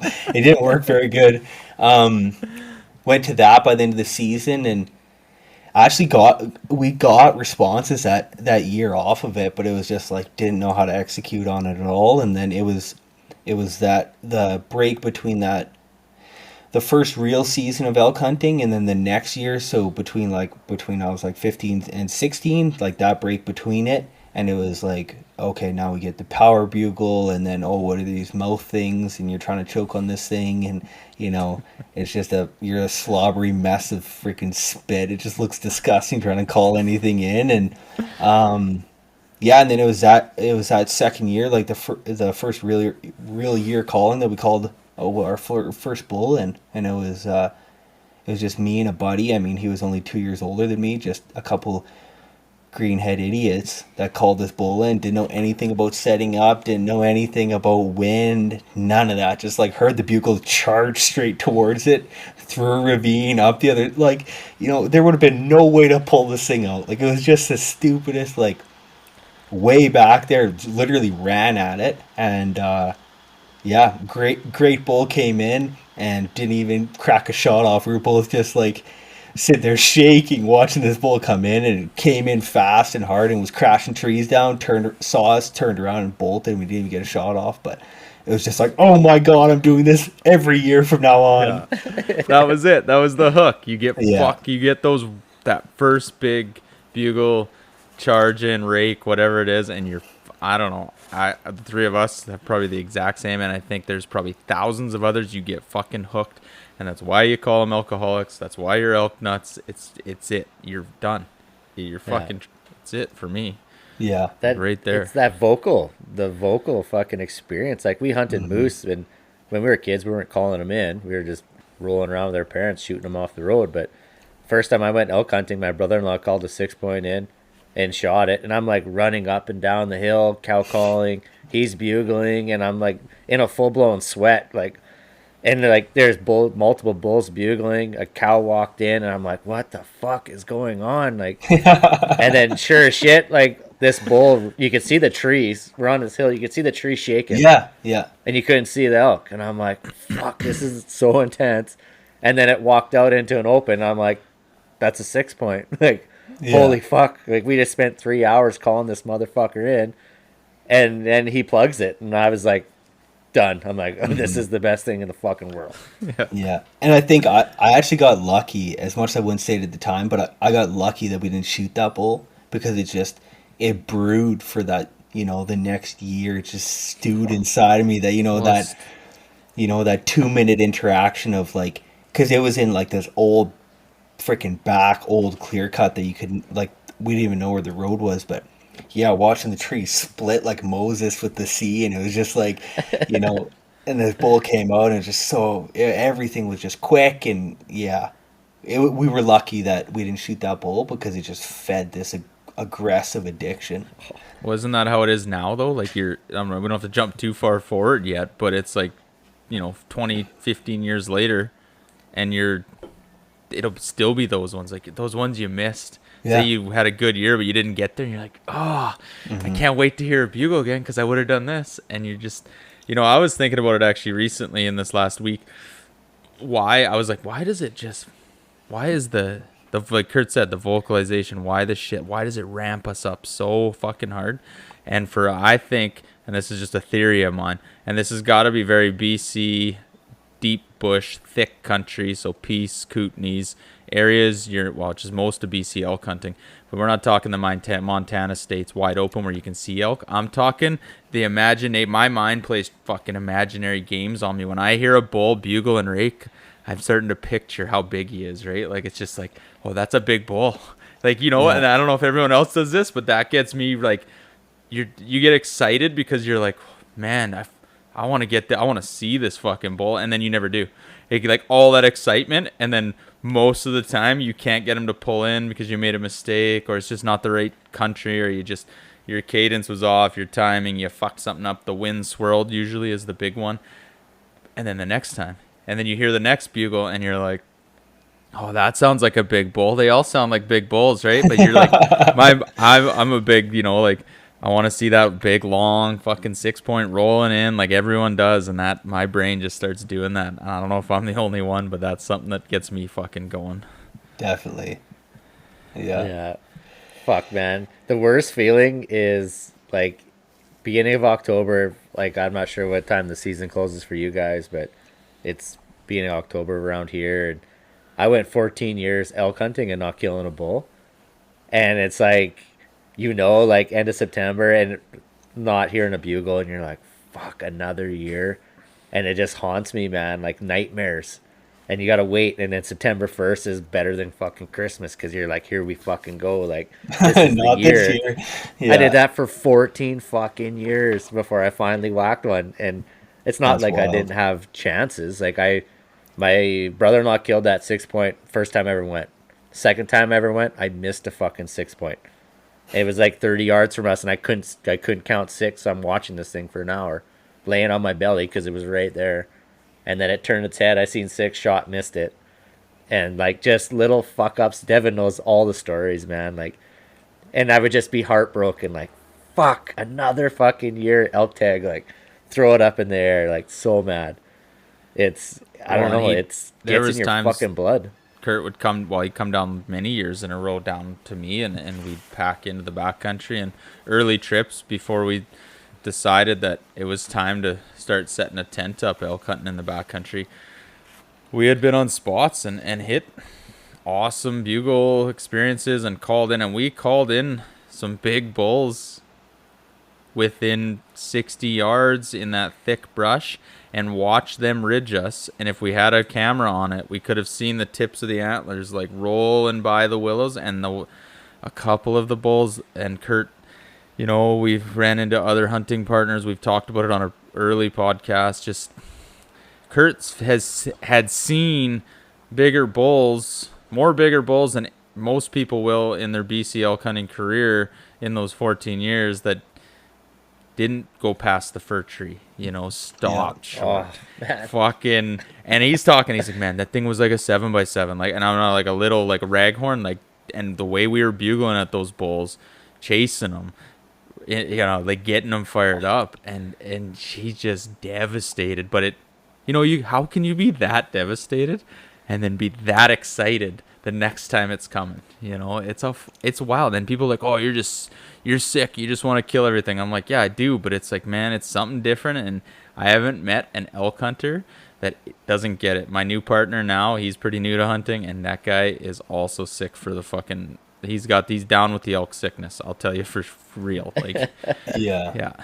Well, and honestly, it's like the two most, like, I've been fortunate to shoot quite a few bulls. Like, I've only went 2 years and not filled an elk tag. Like, I've been pretty lucky. Like, I mean, I to work my ass off out there, but been lucky. A lot of them, little raghorns, but shot a couple decent bulls. And but the experiences that are burned into my brain so vividly that I close my eyes and see it are the same thing. There's two big bulls that got away, and it's like, yeah, it's wild how vivid it goes into your brain. Like, it's some primal, I don't know what it is. Like, it doesn't make any sense why any memory can be that distinctive, but I can sure as shit tell you I could draw what those elk look like. Yeah. I could, that one, when I was bow season, Devin, remember that one? It had a bladed Thirds. top. Yeah, it was thirds. And he came in, I could see the top 4 points, but I couldn't see his head. How many times I couldn't see brow tines that stopped me in 6-point season where I'm like, this thing's huge, but I ain't pulling the trigger because all I see is his tops, right? Yeah. Or that one, like, we had one, I seen his whole body, couldn't see his fucking head. Broadside, entire fucking body you could tell it was a huge body. And we camped right up above him. So it got dark. We go to bed. This fucking thing is bugling all night, like 100 yards from camp. I couldn't even sleep. He was fucking just screaming at us. And then we go check the game camera because Devin had a camera down in a wall right below it. Just a fucking pig. Like, I'm like, oh no. Like, I seen this entire thing's body, like, broadside, clear as day, all the time in the world, but I couldn't count 6. I'm like, oh, like, shit like that, dude, it just drives me fucking crazy. It's yeah, like, last year, I haven't had it for a few years, and then last year, like, I didn't fill my elk tag last year, and it was super weird for me because it was like, also, I'd spent more days in the field last year. It was like 24 or 25, more than I'd done for a really long time. Like, I was just burnt out, and it was literally the last, that's not true. I went back out for a couple days after that, but it was like basically the last real day in September, like during prime season before the snow fell, and they were still bugling and everything like that, which last year they weren't. I couldn't find any bugling bulls very often, but I was standing in a fresh wallow, and like, it was just like this picturesque freaking, the rain was just like barely coming down, where it's like almost that mist coming down, but stuff is dripping, and it was super quiet. I'd, just cow called my way in an area that's like, I call it the land of the giants, because that's like where I saw that other big one, and didn't get a shot at it, but standing in this huge wallow, like, just massive. So I pull up my phone, I'm marking it on my app, and I'm chewing on a chocolate bar and, like, not being quiet, and I had my face looking down like such an idiot, but I'm just looking down at my phone, marking it, kind of looking out. and just out of the corner of my eye, I saw brown, and I looked over, and this freaking elk was like 15 yards. It's so close that it scared me. So I kind of like, you kind of do that shock jump thing. Like you can't even help yourself. He was like 15 yards, and all you see is his freaking head whirl, and it's just like tines. It's all I can see is just this Oh, huge tail and freaking massive brow tines, and then the bull just whirls, and that's all you see, and then just like when they're crashing through the bush, but you don't even hear the freaking train crashing through the bush. All you hear is like it sounds like a baseball bat, someone hammering the trees with a baseball bat. My freaking head sunk into my hands. It's like, oh no! And of course, and you start literally running after it in the bush like a child running after a vehicle. Like you're never gonna catch it, but you're like, no, come back! Like, oh, so disappointing, but it happens, I guess. man. I think every elk hunter's got a story where like something random like that happened where you're not ready, and a fucking bull of a lifetime just presents itself, and you're like, fuck. Like I was fucking squatting over taking a shit one time. I think did you not? You told us a story about that too, right? Like, Yeah, yeah. Deb, do you remember that was the bull one where I was like, oh, go take a crunch over here, and then we were just cow calling, pissing around. We were talking like, Yeah. basically our hunt was over, and then hear like a bed bugle just up from us, and I'm like, holy fuck, whip my pants up like, Yeah, but they'd fucking, early and not. I wouldn't say early, but I mean that's over probably 6 or 7 years ago now. But it's just like I'm not saying we're like that much better because we're gonna probably make these fucking mistakes again. But at least we know now, like, kind of be ready. Like if they've been talking, like he's probably sneaking in. Like we were learning that a bit. Like those encounters, those close fucking encounters are. And there's no recipe. Like we still listen to as many elk hunting podcasts from the pros in the States that spend so much time in there. And you can't always say like be ready for it all because that's what they're gonna do. But yeah, it's weird. I mean, I fell asleep once elk calling elk and was woken up to them crashing through the bush in the backcountry. Like I went, I used to run out after work so much, like everyone does. Like we'll just go pound the bush, and we were working long days and. It's calling away, and I heard one bugle faint off, and I'm like, wow, it's gonna be dark in an hour, so like, what are we gonna do? And then I was literally dozing off, and fucking, it was probably cows, it could have been deer, but something crashed and woke me up.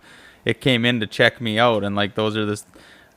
I probably had an opportunity because it was just dusk when I woke up, like fucking taking a shit. I fell asleep elk hunting, but it's just like, That's something that I realized last year after that, like after that big bull incident, is like, which is like going to be my main focus this year, is like try and pay as much attention on the last day of your trip as you do on the first day, yeah. because that first day when you're cruising, you're not stepping on a single twig. Every freaking leaf, you're just brushing to the side. You're taking 3 steps, stopping, glassing around. And 20, whatever, hit day 20 last year, and I'm just cow call, glass real quick, rip again, like go like freaking 500 yards, and then stop again. Little cow calls, glass again, keep moving. Like it's just you get complacent, right? Like, I mean, you can't help it, but that's going to be the big thing that I want to focus on this year is like, day 10, I really hope I'm paying as much attention as day 1. see, I found like I used to do the same thing, like just tiptoe through the bush, quiet, and like It's take my worse. time. Man, now like after last year, like I just fucking went at it. Like I was raking fucking trees, calling, and just like kind of slow playing a little bit, like a totally different strategy Devin and I kind of got in the last couple of years. And fuck, man, like I wasn't being quiet. I was trashing, I was huffing, I was fucking breaking shit, like trying to basically be as loud as I can, acting like a fucking bull. Because, like, like you said earlier, when an elk crashes through the fucking bush, it ain't fucking quiet. No. Like, it sounds like a fucking D8 dozer going through the fucking bush, right? So, like, if all of a sudden you're being quiet as a mouse, but calling, they're kind of expecting to hear some noise. And last couple of years, that changed everything for me, eh, Dev? What do you think? yeah, well, that's 100% what changed for us, and that's fuck. It's hard to learn that, right? Like, I still, even though I know it works, or we've witnessed it works in the last 2 years to not, there's a time and a place to be quiet. If your strategy going into elk hunting and you're hunting thick country is to call in elk, because I don't know how else you would kill bulls in really thick country, then either call them in because you're not going to glass for them. You'll learn it. It's a hard lesson to learn that you're allowed to break sticks when you're in those calling scenarios, or if you break sticks moving into areas, let some calls out. Act like an elk, or you don't even have to let calls out. Breaking a stick in elk country, it could just be elk walking through the bush. Like I get weird still, and I have to tell myself, September 1st, I go out and I'm sneaking in and I let a bugle out and I'm stepping over. I'm like, fuck, man, stop. Like, you're okay. You don't have to pussy it. It's actually more like elk are more aware of that weird quiet behavior around calls than they are when you're not quiet. So yeah, it was 100% Kurt. Like, it's hard not to do it though, especially if you come from whitetail hunting or just stand hunting and those kind of things. What have you been taught your whole life is don't step on anything, and how do you now just throw that out the fucking way? But like you said, I was actually going to bring that up, that like it was like 2-3 years ago, kind of same thing, and my grandpa actually said that. He said, the only thing that walks quiet through the bush is a predator. And it was like, oh yeah, that's Fuck, right. That's truth. I've never heard that before. I've never heard that either. Yeah, and it was just like, oh yeah, that fucking makes sense. Like, so it's totally like you said. Like, I mean, they're no different. Like, when we're in a situation, something feels off. Like, you don't know why it feels off. You get the eerie feeling, and maybe you're like, oh, I'm gonna go park at a different spot, or I'm gonna, whatever. It feels like someone's looking at me, or something like that. And, I guarantee you, it's no different for them, because sometimes I've had it where I'm creeping through the bush, and you're like still hunting, so you're just like moving so slow, and you look up, and that elk is literally just like peened onto you. And then other times, like you said, you're just like crashing through the bush, and it's like you kind of break over and you catch the elk before it catches you, which isn't very often, but it's always been when I was being loud. And it's just sorry, finish your thought. no, there. it's just it is tough to try and knock your head down to that point, though. Yeah, like we listened to podcasts about it, and like the guy was saying, the elk are expecting another elk. When you're calling, you're making elk noises, right? So act like a fucking elk. They're not quiet. And yeah, like, I said before, we started doing that, and that fucking was a game changer for us. And like last year, I wasn't even calling. I maybe let a cow call out just to see if something was close. And I just started raking a tree. Yeah. Raked a tree. Like, there, where I hunt, there ain't a fucking branch on a tree up to 8 feet everywhere I was at last year, because I broke every fucking branch off. Like, and I was huffing, kind of moaning, rake a tree, and then all of a sudden, boom. And I did it for like an hour and a half, and not a peep. And then all of a sudden, I heard a faint fucking bugle, like close but faint, and it was just soft. And there was other hunters around. They never heard a fucking thing, right? Like, and I just slow played the fuck out of it. And maybe there was a bull there. Maybe I was just fucking wasting my time. But it fucking worked, and it worked 2 years in a row for us, eh, Dev? Yeah, well, and you got to explain that a little bit. Like, I didn't know you did it for that long this time. Like, we've done it for that long, and what it takes to commit to a call stand like that, where it's gonna work, and you might have pulled that bull from another drainage or another, I don't know, I know you don't have big drainages where you're at there, but a fair distance away, and that's why it took a while for him to give you a response and stuff. It's what people don't understand is, like, that's tough. Like, for me, a lot of elk hunters are like this, but we're not very patient, and we like to move on. So for you to stick it out and really work that strategy that long, I mean, I give you credit there, because I don't know if I would have stayed that long. Well, it was head out after work kind of shit, right? Got off early. I'm like, well, I'll blow out there quick. Parked the truck, started walking, ran into 2 other hunters on the road. And they're like, oh, we're hunting down here. I'm like, fuck, okay. Backtrack up the road, walk into this little bit of a swamp. I'm like, well, there's people out here. There's trucks everywhere, especially the little area we can hunt in Cornell. I'm like, this is going to fuck. This is a waste of my time, but I'm here. I might as well just go in there. And I was quiet, where I'm not sending fucking locators out where everybody can hear me, but I was loud enough that something was in the vicinity. they're gonna hear like it sounds like a bull fucking rutting, right? So that was my whole mentality. I'm like, I'll do this till it gets fucking dark. There's no point fucking ripping fucking locators and the old fucking Doug Fluties and letting everyone know where the fuck I'm at, right? Like Yeah. old 5-tone.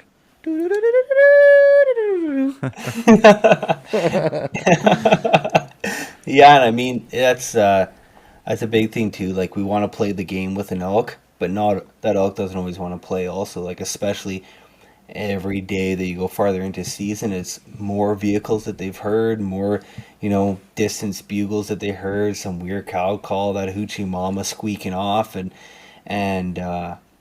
I really think strongly that by the end of the season, if they're getting consistent pressure, they're definitely getting a lot more selective about what they're doing. Like that, I told you guys that story when or I started telling you guys that story when you were in the shop here. But that there's a bull that it was in that same spot, that Land of the Giants area. Anyways, it was a year after I spotted a huge bull in there. But anyways, had a bull up on kind of a higher elevation point than us and trying to pull him down, and he wouldn't come down with his cows, and went back and forth like crazy with this bull for probably like 2-3 hours one morning.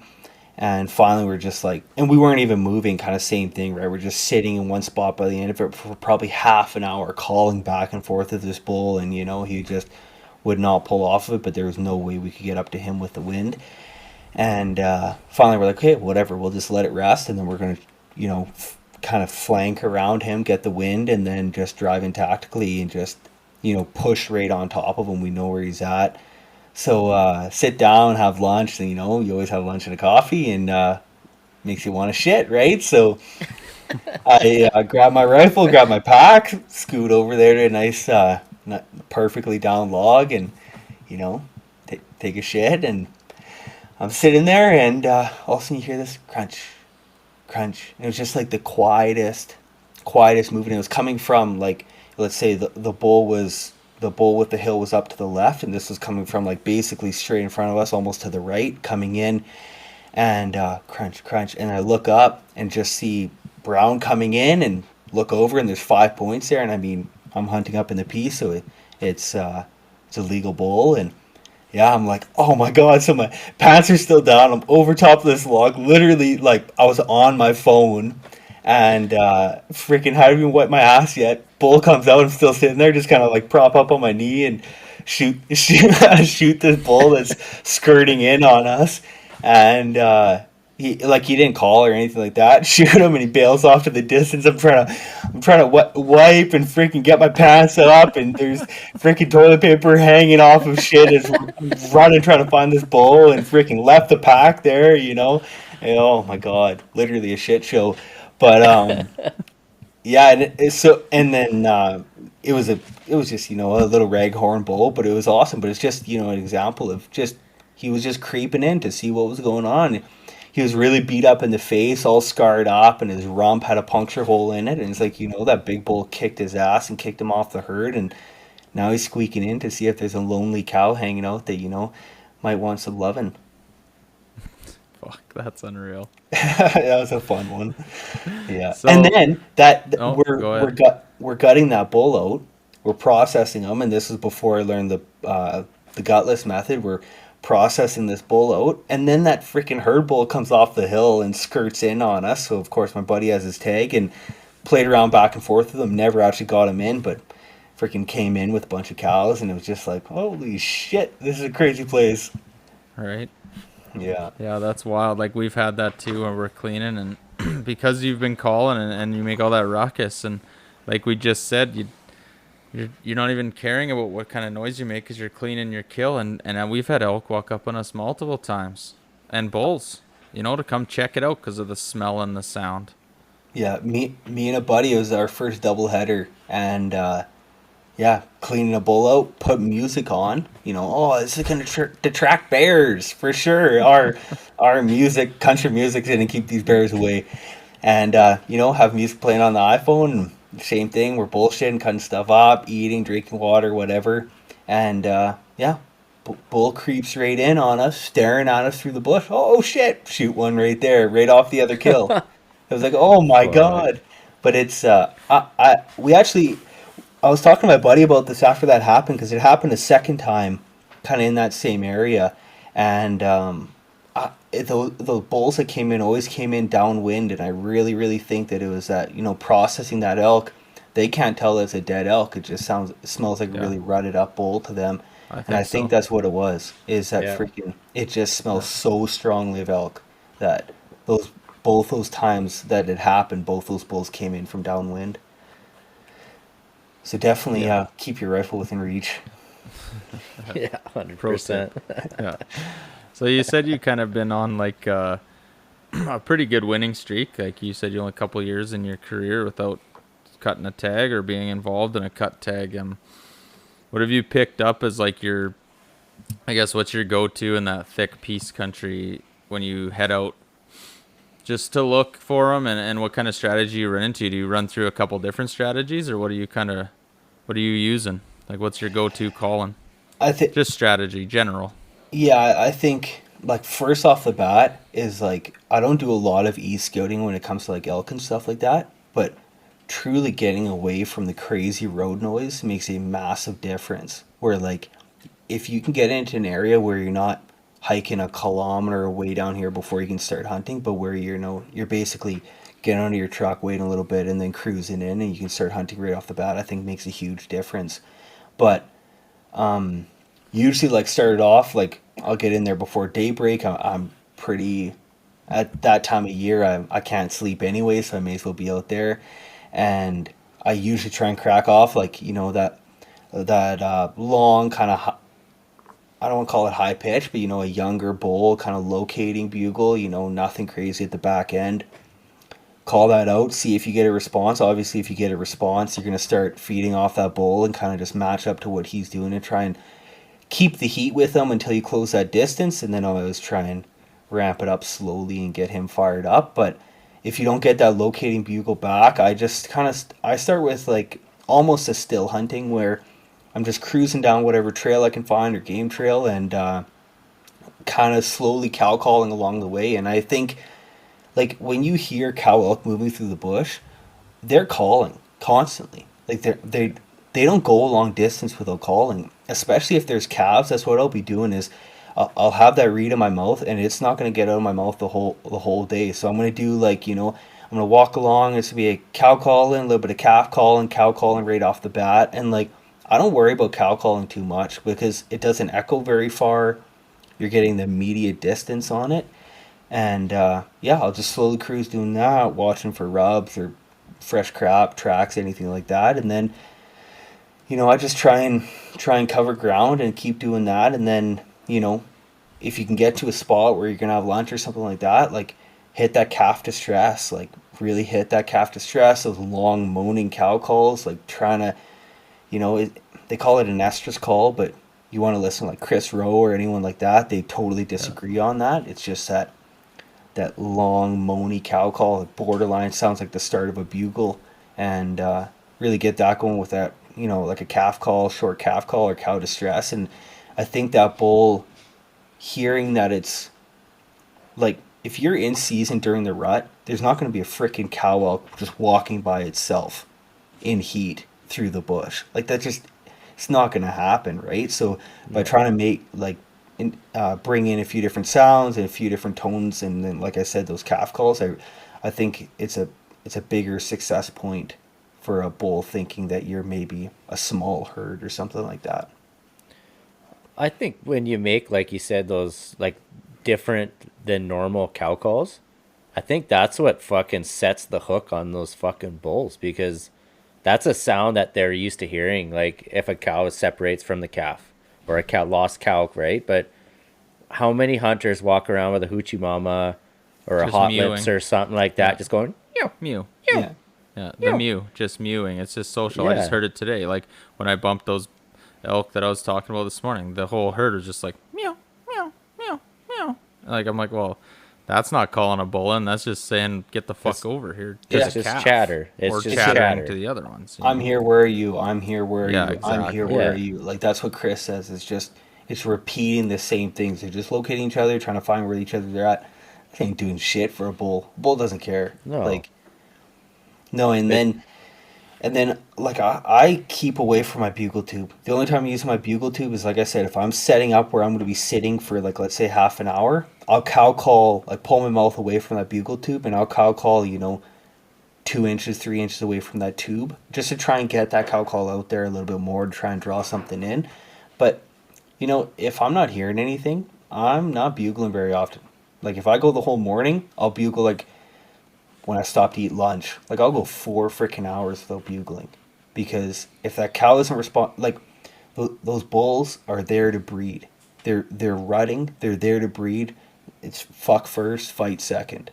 So like, yeah, I get it. Everyone wants to play the game and find a bull that wants to play and have this huge bugling match. But I called a bull in 2 years ago with just cow calls, and it was the most successful setup that I've ever had. That bull came sprinting in, like not running or trotting, like as fast as it could move through the bush. It was ripping towards me.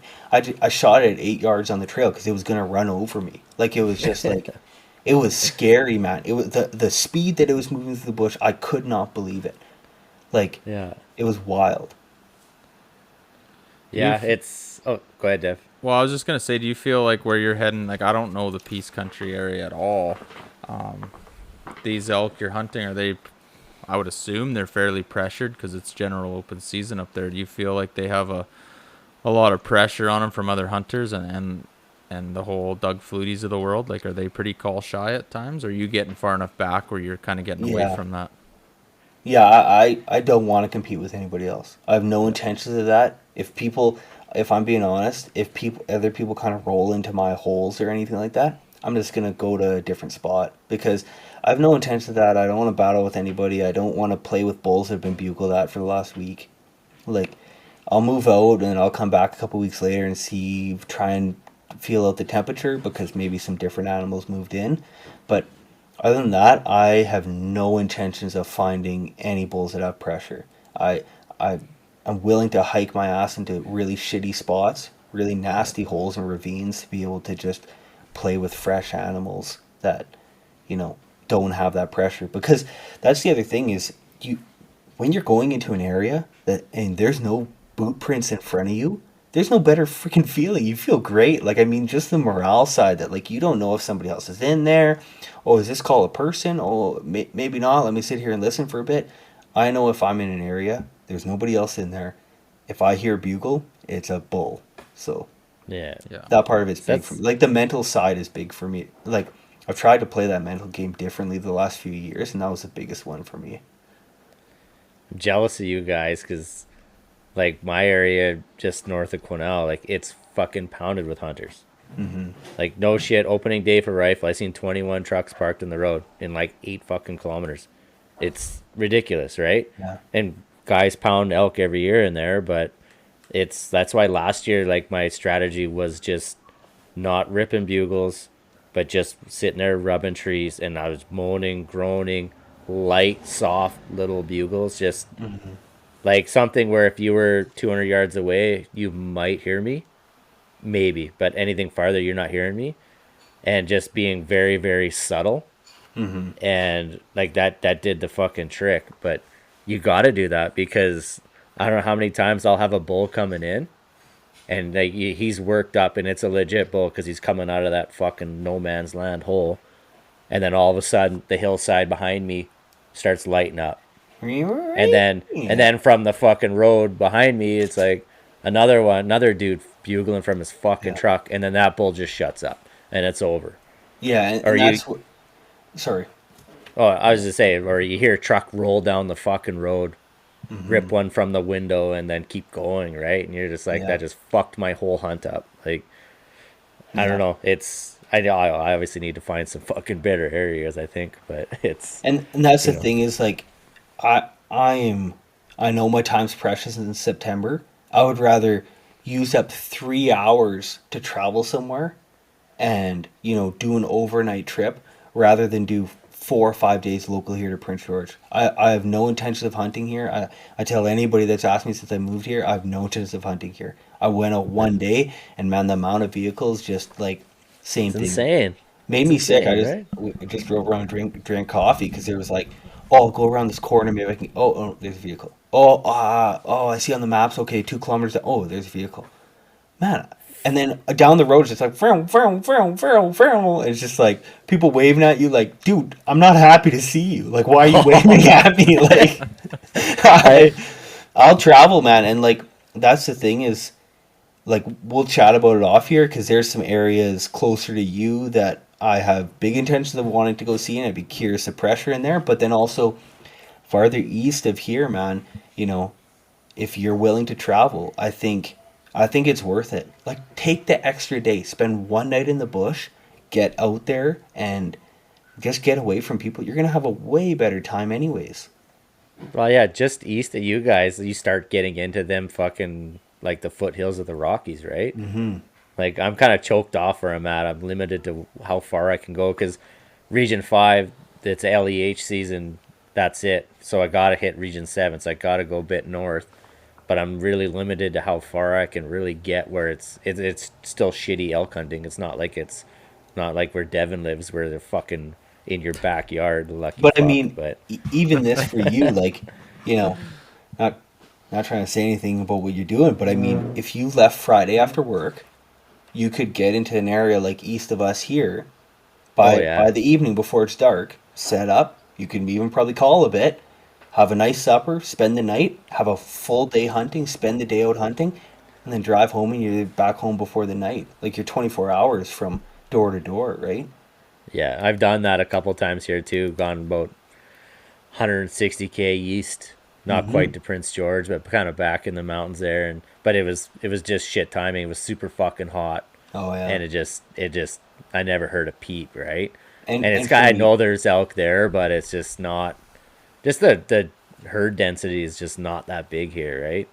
So yeah. it's kind of you're hunting a small group of elk, and everyone else is hunting the same fucking group. But Well, and you know you're only going to get maybe a week out of that before those bulls, like, they know where the private land is. And they're like, I'm getting a lot of pressure here. Like, I keep getting called wanting to have sex and no one's actually showing up. So I'm just going to roll down to the bar. Like, why would I stay up here swiping Tinder? Like, you roll through the farms in Region 5, and there's fucking herds of elk out all day mhm. long, and big bulls, and you're like, fuck, like why can't they open up a fucking season, right? A Like, lasso one of them, eh? oh fuck, lasso it and drag it 60 fucking kilometers north. Yeah, honestly. No, I like those quick trips also. That's the other thing is like even when I'm going north, like my spots, um, like I'm doing 3 days, 4 days max. Like I want to go hit a spot, hit it really hard, and then collect myself, shower, feel good about it. Like I'm done doing those 10-day draggers where like by 10 days, man, you stink, the elk stinks, you don't feel good. Parts are freaking itchy that shouldn't be itchy, and you're just like, oh no. Yeah. Well, that's it. I actually wanted to comment on a thing you said earlier, Tanner, where hunt as hard on, or hunt as careful on your last day as your first day. I kind of wanted to add to that, but my thought this year and what I struggle with, because like what Kurt said, is I don't have to go very far from home, so I have a hard time not thinking about chores at home and shit I should be doing on Saturdays and Sundays. So like one of my strategies this year, like you said, is kind of stay connected the whole hunt and only hunt. Like stop thinking about all the bullshit that's going on Hmm. in life because you only get September for so long, and weekends go by quick. I feel like I'm already stressed that like the archery opener's here next Wednesday, and here we go. And so I don't know. For me, it's like staying in the hunting moment and not being like, well, if the elk aren't responding, maybe I'll go home and do some yard work. It's like, no, fuck that. Stay in the midday madness and stay out there. Yeah, big time. And I Yeah. mean, it's just we wait all year for this, and then Yeah. so many times rush through it, or like you said, think about something else. It is it's a tragedy. Yeah. Well, you I just, try to explain that to the wife too, right? Like it's September. She's like, so what? It's like, well, no, this is fucking elk season. This is when they start fucking talking. Like, and I've taken her out, and it's absolute crickets in the bush. I'm like, just, Every time. I want her to have. I don't even have to get the bull or get a visual. I just want a bull to be 100 yards away, just fucking ripping them at us, and have her experience when the bull bugles and it's vibrating your chest, right? Like every elk hunter knows that fucking feeling. Like your Yeah. blood is just boiling, and she hasn't experienced that. And I think if she did, she'd be like, okay, I fucking get it now. I get it. Yeah, honestly. And it is the, like, we always talk about, oh, this year went so fast, or, oh, is it already March already, or whatever. Like, time is just ripping. And it's like, it is not going to be long. And I know I'm going to be chatting with you boys and send a message, oh, frick, elk season's over already. Like, Yeah. we're going to blink, and it's going to roll by. Yeah, I hate when I got plans in September, like wedding, family weddings and stuff, and I'm just like, what's the date? Oh no, September 20. I'm in a wedding this year, September, and he'll listen to this podcast and shout out. I'm in his wedding, and it's September 18th. And I'm like, man, come on. And he's like, I know, and I'm like, you don't know, or you wouldn't have done it to me. I wouldn't do it, man. I'd be that shitty friend. I can't say much because I got married September 2nd and 3rd too. So Yeah. and Devin's like, "What the fuck you doing?" I'm like, "It's the only dates that worked, man." I literally said it in my best man speech. Like, fuck, Dal, I don't know how you did it, but you got Kurt to get married during fucking elk season. Yeah. I got a wedding at the end of September too. Yeah, 24th. oh, yeah. So I gotta get her done before then. Yeah. Well, that's The good- end of good goal. September's, I feel like, is a little more doable because you're like, okay, I'm tired from the year. I can take a day off and like feel decent about myself and then hit it again. It's those first 2 weeks that you're just vibrating. You're like, no, I can't do anything else. I can't think about anything else. I don't even want to eat. I just want to go hunt elk. Like, that's it. Yeah. I used to take the opener off from work every year. I'd be like, you know what? I'm gonna take a fucking holiday here and just fucking, and like I'd take 2 days. I'd take the day before and go out and scout. Or I spent the night in my fucking tree stand one time. It froze my absolute fucking ass off. Fucking rain, piss and rain the whole way in. Got up in a tree stand and sat there soaking wet till fucking 6 a.m. Not an animal come in, and I walked back to my truck at like 8. I'm like, that was fucking stupid. It was brutal. Yeah. The shit we do, eh? Yeah, Well, that's exactly it. But I mean, we wouldn't want it any other way. No, Fuck fuck no. no. You got 1 month to fucking do it, right? Get her done. You could be down like the States, they're so split up with their seasons. They're getting a 1 week season there, and then, third it's season, really fourth tough. season. Like, oh, no thanks. No, we're Even pretty. how we're- they travel too, state to state to state.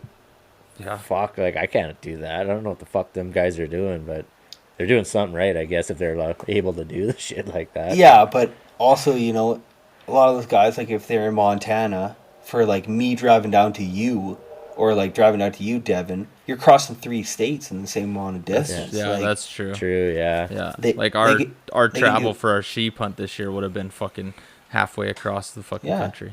You can do a little, be in if you're living Texas. in if you're living in one of the corners of the province, you can do a cute little circle and hit 4 different provinces, 4 bulls, and only go, 500-600 freaking kilometers.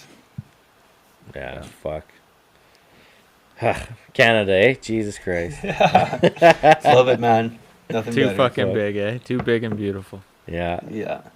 Anyways, fuck, I think we kind of got all of our excitement out here about elk, and yeah, I think it was a good ep, Tanner. Thanks for sitting down with us again, and we look forward to all the stories you find this year chasing elk, and sounds like chasing caribou too, right? Yep. End of September 26th, heading after caribou, a little farther in one direction. Nice. So that's gonna be pretty late season, pretty high. So that's gonna be a pretty wild fucking trip, I would think. Yeah, it's gonna be white. Yeah. It's what we're expecting. White and cold. Yeah. But Well, we'll Perfect have hunting to, conditions. We'll have to get you back on after this year's hunting season and just tell some fucking good old hunting stories from from everything we do. Big time. Yeah. Yeah, thanks, Tanner, for coming on. We appreciate it. And hope everybody enjoyed this episode. Yeah. Absolutely. Thanks for having me. All right. Peace. I came from the mud. There's dirt on my hands. Strong like a tree. There's roots where I stand. Oh, I've been running from the law. Hope they won't shoot me down soon.